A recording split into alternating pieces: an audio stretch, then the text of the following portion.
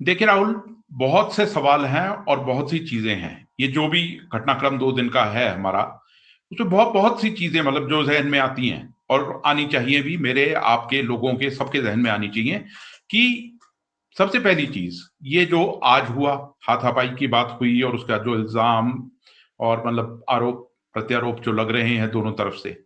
सबसे पहली चीज कि हमारी डेमोक्रेसी के लिए हम बहुत से सवाल हैं कि एक तो हम कहाँ जा रहे हैं और किस निम्न स्तर पर हम आ चुके हैं। एक पार्लियामेंट्री डेमोक्रेसी में देखिए, आपका मतभेद होता है चीजों पर, सब कुछ होता है और इससे पहले भी प्रोटेस्ट होते रहे हैं, ऐसी बात नहीं है, ऑपोजिशन प्रोटेस्ट करती है, पर कम से कम उस प्रांगण में संसद देखिए, हमारा जो संसद है वो एक डेमोक्रेसी का, उसको मंदिर की संज्ञा दी जाती है या हाईएस्ट, मतलब हम लोग उसको सीट मानते हैं। और अगर वहां ऐसा हो रहा है तो फिर ये हम किस तरफ जा रहे हैं। दूसरी चीज, जो कुछ हो रहा है, हम विश्व के सामने अपनी क्या छवि प्रस्तुत कर रहे हैं, हम कैसा देश बन चुके हैं, हम मतलब कैसा समाज कैसा देश। ऑब्वियसली संसद जो है हमारे समाज को रिफ्लेक्ट करता है, क्योंकि वो जनप्रतिनिधि हैं। तो जनप्रतिनिधि मतलब जनता के प्रतिनिधि हैं और जनता को ही रिप्रेजेंट करते हैं। अगर वो ऐसी हरकतें कर रहे हैं तो फिर हम कैसा समाज कैसा देश बन चुके हैं। और खास तौर पे तब जब हम क्लेम करते हैं कि भारत तो मदर ऑफ डेमोक्रेसी, मोदी साहब कहते हैं कई बार, तो ऐसी क्या होती है मदर ऑफ डेमोक्रेसी? या ऐसे हम विश्व गुरु बनेंगे, जो कि क्लेम किया जाता है कि हम तो विश्व गुरु बनने जा रहे हैं, पता नहीं कब से बनने जा रहे हैं और कब तक बनते जा रहे हैं। क्या हम ऐसे विश्व गुरु बनेंगे? एक चीज तो ये है। दूसरी चीज कि अमित शाह का वो बयान, देखिए, वो उनका कहना है कि कांग्रेस ने उस बयान को तोड़ मरोड़ कर पेश किया है, जो भी है वो हर पॉलिटिशियन का एक मतलब एक वो डिफेंस रहता है कि मेरे बयान को मिसकोट किया गया, ऐसा किया हुआ, तोड़ मरोड़ कर पेश किया गया। पर एक चीज, जो कुछ उन्होंने बोला वो कैमरे पे कैद है और वो आने वाले कई चुनावों में, आने वाले कई चुनावों का एक मतलब कह लो कि इलेक्शन कैंपेन मटेरियल बन चुका है। एक पॉलिटिकली स्पीकिंग तो वो बन चुका है, वो विपक्ष के हाथ एक बहुत तगड़ा मुद्दा हाथ आ चुका है। दूसरी चीज कि अमित शाह जो कि होम मिनिस्टर हैं, ये भी अज्यूम करना कि ये उनका स्लिप ऑफ टंग था, उस पर भी बहुत से संशय हैं। आपको याद होगा कुछ साल पहले उन्होंने महात्मा गांधी के बारे में भी एक टिप्पणी की थी, चतुर्बनिया कहा था। चतुर्बनिया। हाँ, और अब अंबेडकर के बारे में ऐसा कहना, तो क्या ये मतलब जानबूझकर कहा गया है? उस पर भी सवाल हैं। क्यों? क्योंकि सरकार घिरी हुई थी अडानी के मसले पे और कुछ मसलों पर, मणिपुर के मसले पर सरकार घिरी हुई थी। तो अटेंशन डाइवर्जन, जो कि एक मतलब इस सरकार की और खासतौर से बीजेपी की एक मास्टरी मानी जाती है आज के समय में, क्या ऐसा हुआ है? पहली चीज। अच्छा, फिर आइडियोलॉजिकल लेवल पे जब बात आती है तो फिर वो जो आरोप लगाया जा रहा है कि जो कोई आरएसएस के आइडियोलॉजी में अंबेडकर को कैसे रखा जाता है, उस पर बहुत से विचार सामने आ रहे हैं।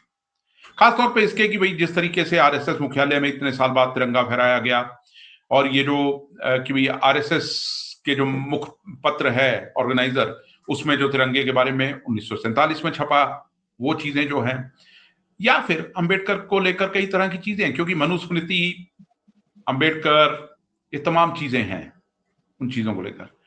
पर अंबेडकर के बारे में जिस तरह से उन्होंने बोला, वो उन्हें नहीं बोलना चाहिए था।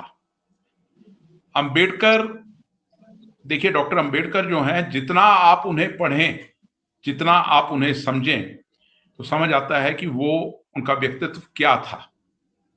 हिस्टोरिकली बहुत चीजें हुई हैं, सही गलत, उनका चुनाव हारना, पर at the same time constituency मतलब जो ये आपकी अपना कॉन्स्टिट्यूशन का जो वो था, पूरा ड्राफ्टिंग कमेटी का चेयरमैन होना, बहुत सी चीजें हैं।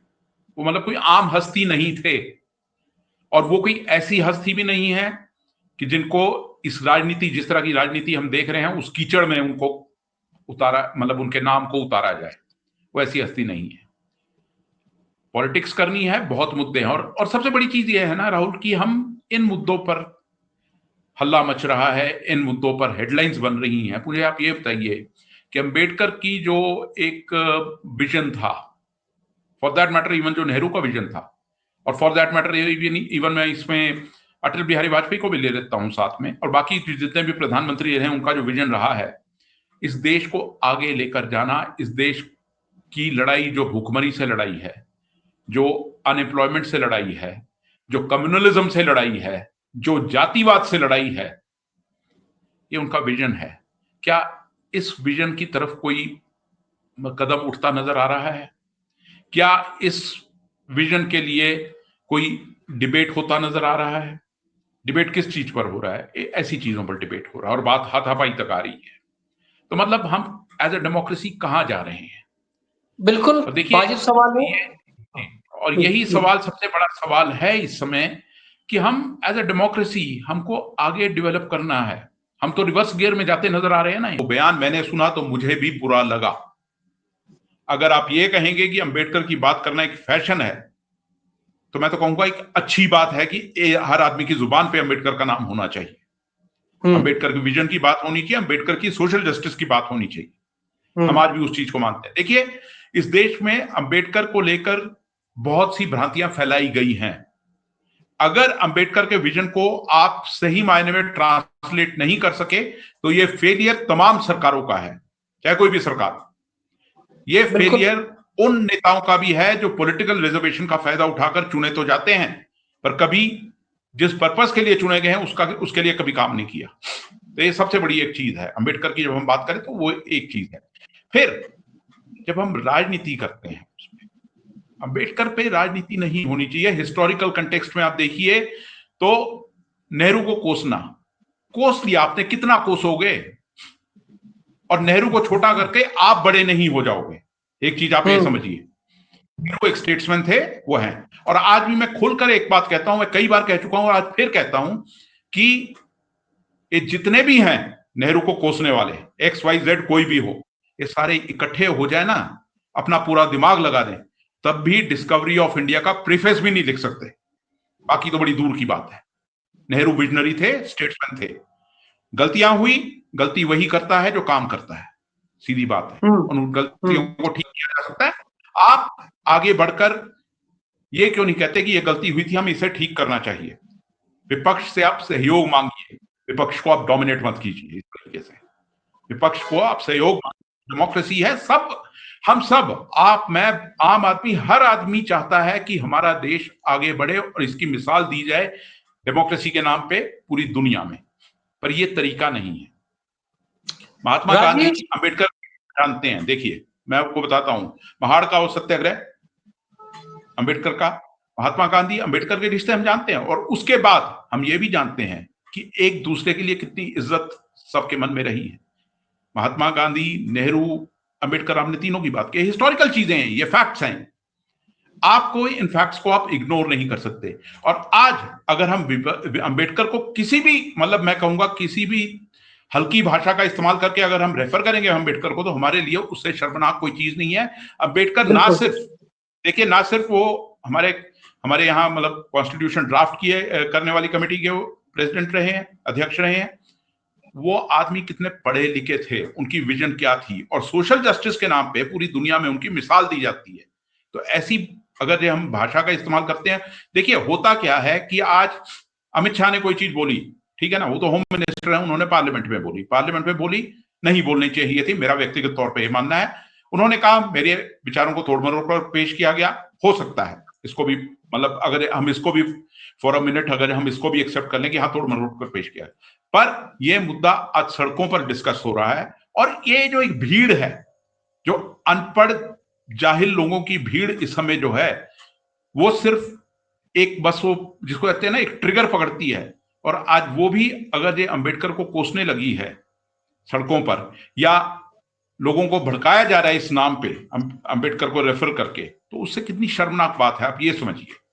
देखिए, जहां तक ये FIR दर्ज कराना, बयान देना, ये पॉलिटिकल हथकंडे हैं। ये पहले भी अपनाए जा चुके हैं राहुल गांधी के खिलाफ, अब भी अपनाएंगे। बात ये है कि आपने बात की सारंगी की, उनको टिकट किसने दिया? उस आदमी की छवि कैसी है एक as an accused Graham Staines वाले केस में, ठीक है, उसी तरीके साध्वी प्रज्ञा को टिकट दी गई थी। अब कोई भी पार्टी दे ऐसे, अगर ये कैंडिडेट्स को, मतलब बात राहुल ये है कि क्या कुछ साफ छवि के कैंडिडेट्स इन पार्टियों को नहीं मिलते, जिसमें कांग्रेस भी शामिल है, ठीक है सभी ना? पार्टी शामिल है। को हाँ, सभी शामिल है। अब जिस तरह वो कठुआ वाले मामले में जो एक्यूज को सपोर्ट करने वाले आदमी को अगर कांग्रेस टिकट देती है तो वो भी उतना ही निंदनीय है, होनी ठीक है ना? चाहिए। बात ये है कि हम क्या मिसाल सामने रख रहे हैं। क्या इन पार्टियों के पास कोई अच्छा कैंडिडेट नहीं है? और मतलब अगर ये ऐसे, आप एडीआर जो है, जो संस्था है, उसके आए दिन प्रेस नोट आते हैं और ये बताती है कि भाई किस स्टेट में कितने जो हैं एमएलए, उनका क्रिमिनल रिकॉर्ड क्या है, या कितनों पे एलिगेशन है, कितनों के मामले दर्ज हैं, या पार्लियामेंट की बात होती है, वो आए दिन आते हैं। सवाल ये है कि कैसे लोगों को चुना जा रहा है, और फिर हम कहते हैं जनप्रतिनिधि हैं, तो जनता की मानसिकता कैसी है?